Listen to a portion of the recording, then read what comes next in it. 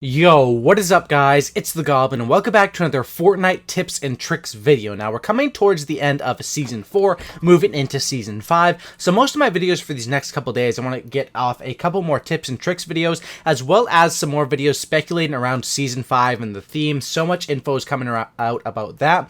But today's video is going to be about tips and tricks. So if you guys could drop a like on this video, let's go for 705 likes. That would be absolutely amazing if we could hit that. And today's video is going to be an analyzing video where I'm going to be showing you guys exactly what I was thinking and how I was able to get this nice win right here on Fortnite. Now, the thing is, to get consistent solo wins, you have to be able to adapt to different situations. And that's why I like doing these videos where I basically analyze my gameplay, because every game, even if you try to do the same thing or replicate the same thing, it's going to come out to a different result. And that's why I like to watch the gameplay, analyze it with you guys as I go along. I feel like it's a lot easier to analyze when I do it post recording. You know, like I get the gameplay and then I talk over it as a commentary, a post-recorded commentary, versus when I'm actually playing live and trying to be in the moment. So that's what we're doing today. Drop a like. Let's go for 705 likes. Subscribe to the channel if you guys are new. Support has been insane. We're closing in on almost 350k subs. Can't thank you guys enough for that. And let's talk about it. So here we are, and let's get right into this gameplay. So right here off the start, first of all, right now I have a pretty good setup, right? I have a dual pump shotgun as well as an AR and a med kit. Now the thing is, I'm looking for shields, and the thing is, when you go tilted towers, you're going to find high action and you're going to need to find shields. For example, I just hit this guy for big damage. However, he had shields and I didn't. So it wasn't really a fair fight right here. I'm luckily able to push him, be able to take him out. I hit the dance on him a little bit because I was able to take him out when he had so much more health than me because of his shield, and I'm able to loot up. Right here, you'll see I substitute certain things. Of course, I'm going to take the purple burst AR over the green AR, but I'm also going to take the TAC SMG, or not SMG, the TAC shotgun over the green pump, for the simple fact that on PC, and I've stressed this before, on PC, double pump is good because there's a way to, with your key bindings, make it so double pumping is fast. However, on console, the best combo still is to not switch to a pump, to either go pump into heavy, pump into tac, or something like that. And of course, right here, I go into the tac. And you can see the tac, even after these shotgun nerfs, this is a green tac. I hit that guy for 119. It's not too hard. You can do big damage with it. And the transition time is very fast. Right here, of course, I loot up. I get a couple kills here. And then I hear a guy drop down on me. Now, right here, I realize this guy seems to be playing it decently smart. And you can, one thing that's really important is to sort of understand your enemies, and you can tell when an enemy is building like crazy, fighting with great aim. You can sort of tell the competition level of your enemies. I get the hits in on this guy and I'm able to push him, but I sort of took it slow before and sort of planned that out. Still at this point, I have 5 kills, but unfortunately, the early game is probably the toughest time of Fortnite because it really does come down to luck. Like, as far as if you land on 3 or 4 chests, it doesn't matter if those chests give you garbage and you don't end up getting anything, right? So right there, you can see I still didn't have any shields. Luckily, I was able to find a shield, and that's where I cut to the gameplay right now. Here, of course, that last couple minutes was just me looking around for a shield, and then I eventually find one, and I see a guy located in this building. Now, this guy is, of course, doing the strategy where he puts up a wall no matter what I do every time I shoot down his wall. So I have to play it safe, and I have to be careful there. The reason I can't just run up against that wall is, of course, when it's his wall versus my wall, he has all the advantage because, you know, you have to be sort of a decent player to pull off an edit play. But he has all the advantage because he can edit that at any point. He can make one hole in it. He can make it a hole, you know, an L-shaped hole, whatever he wants to do, and take me out. So I have to play that smart, and that's why I sort of take it slow, and I'm able to take him out. Right here, I hear people fighting. I push up over here, and I get some good shots into this guy. I see I hit him for white health twice, so that's 66 damage towards his white health. This guy is now 1 shot, so that's why I choose to push him with the tac. Unfortunately, I miss a couple of shots. He does the right play and he builds up, but I realize I have all the advantage over this guy. I can keep continuing to put the pressure on, and all I need to do is hit him with one decent tac shot to take him out, or of course the drum gun, which is the new gun in the game. And that's why when I see him make a bounce play, that was not really a good play on his part, because he made himself, I understand what he was trying to do to get the height advantage, get an upper angle on me, but there's no protection there. He should have built up a walls as you are bounce padding. He didn't end up doing that, which gave me the advantage, and I was able to take him out. And of course, then I'm able to get pretty good loot. Right here, you'll see I noticed this guy, and and my aim kind of goes bad. So as soon as, you know, if you have a free shot on a guy, take it. But as soon as your aim goes bad, I like to do this where I slow peek, get the hits in on him, and slow peek him, and I'm able to take him out without taking any damage. And that's one thing that I think a lot of people don't realize is so important, is it's not just, you know, solo match is a bunch of 1v1s. That's what you want to do. But it's not just about winning the 1v1s. It's about winning without taking much damage. Because even if I kill that guy, if I end up at 1 HP, I mean, I guess I have medkits, I have certain heals, but I'm using more stuff than I want to. If you can win fights without being hit at all or being hit a minimal amount, that's what you want to do, and that's what I was, of course, able to do there. So right here, we have 18 people left with 8 kills, which is a pretty decent start. People drop off very fast in this game, and that's why I suggest if you need high kills, it's all about tilted towers, right? Like, people drop off really fast. There's plenty of times where if I land at Junk Junction and I'm going just for loot and I'm trying to loot up, by the time I'm looted up, I look at the amount of people and there's 25, 30 people left. Of course, then the most kills I can get is probably like 10 or so out of those last 20, 25, right? But if you go tilted towers, you get some good kills off the start. Of course, now I'm in a favorable position. I have 15 people left with 8 kills. I'm in a good position to win this game and to take out multiple people because of my loadout. My materials are looking pretty good.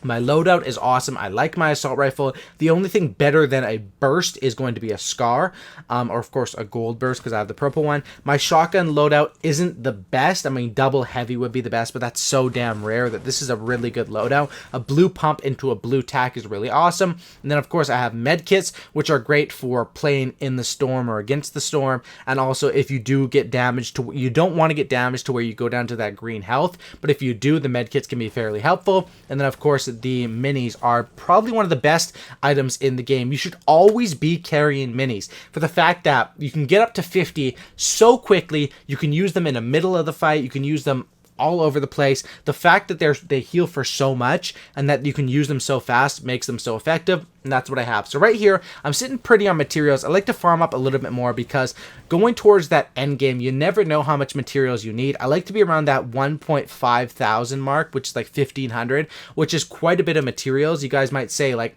I find that a lot of people don't farm up as much as they should and find themselves anytime you're dying because you have a lack of materials. For the most part, it is your fault because you probably passed trees or you passed wood stacks that you should have been farming. But a lot of people seem to walk around and think 200 materials is enough when you never know when you're going to run into a ninja pro player in the late game and you're going to need more materials to take them out. So I'm just farming up. I'm making sure. And of course, there is 14 people left. I'm moving into the storm. Now, right here, I'm in a very vulnerable area and I'm being very cautious because the area that I'm in is below 2 mountains. So if people are up on those mountains, those are part of the safe zone, and looking down, I can be in a very vulnerable position, and that's why I'm trying to move away from these mountains as quick as possible. I spot a guy over here way off in the distance trying to take some shots, and once I see those white hit markers, I want to pursue him because that means he's close to death. So if I hit a couple more shots there, I think I have him down to like 30 or 40 HP there. So if I'd hit 1 or 2 more bursts, that guy would have died. Of course, I want to pursue this fight at this moment.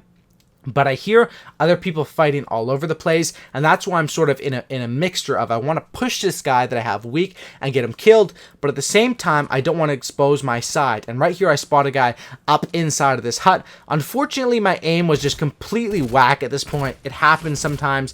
The enemy takes out my kill, but I know this guy is, of course, going to go for the loot immediately, and boom, I take advantage of that. I'm able to take this guy out, get myself some good loot going into the late game. Of course, I switch out the burst for the scar. I just feel like the scar is so much better for hitting materials as well as just being able to spray people down. The burst is awesome if you hit that full burst, but the scar, the ability to do damage to walls and materials and to spray people down is bar none.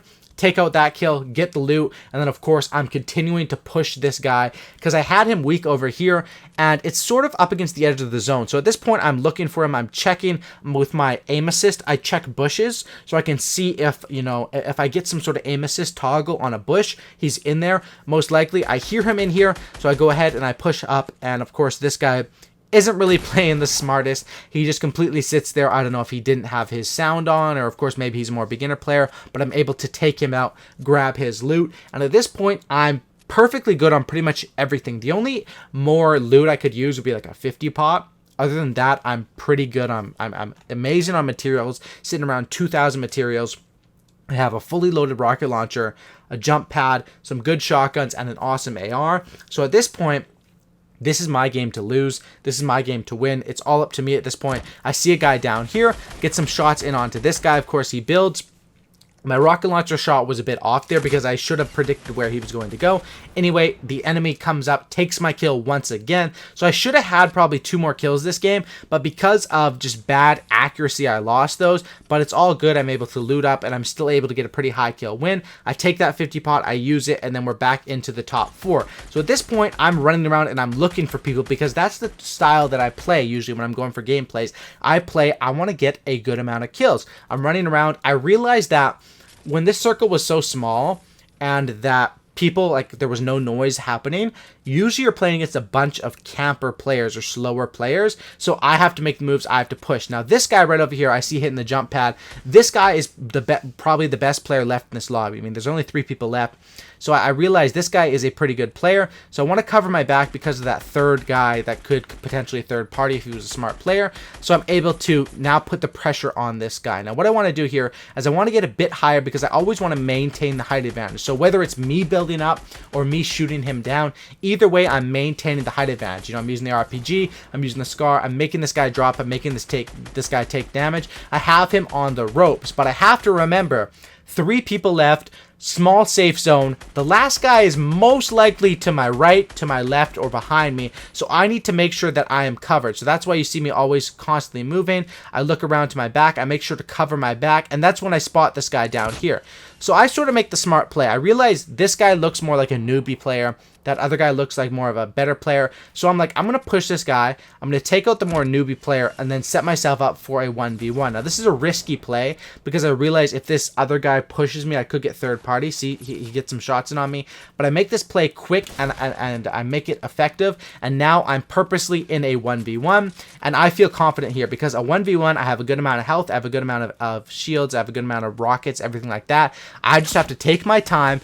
And the main thing I suggest in people in 1v1 situations, take your time, man. I have zone advantage on this guy. I have everything. There's no reason for me to push him here. I'm going to take my time. I'm going to rotate into the safe zone. I'm going to build up, and I'm going to make sure that this guy can't hit a lucky snipe on me. He can't hit anything on me because I'm going to do quick peeks. And I'm going to be effective with them, you know.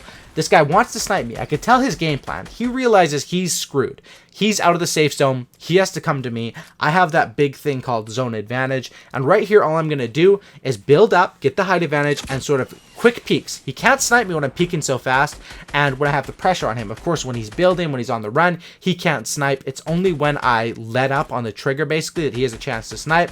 I keep putting the pressure on this guy, and that's what you want to do in a 1v1. When you have the advantage and you have all the ammo in the world, I have 500 ammo. 500 ammo can destroy a lot of materials and a lot of players. So I have the advantage here. I'm just going to keep spraying, keep putting the pressure on. It doesn't matter that I'm missing all these shots. I'm hitting his build, and that is in turn hurting his odds here. The clock is ticking. 1 second, 0 seconds. The zone is about to come in. He has to push me. I should be winning this game. I have all the advantage. The only way that he has a good chance of winning right now is if he either rushes me or hits a good snipe. Of course, I keep the pressure on. I'm able to get the win. Drop a like on this video if you guys did enjoy that analyzation video. Subscribe if you guys are new, and have a great night. And I'm out. Peace.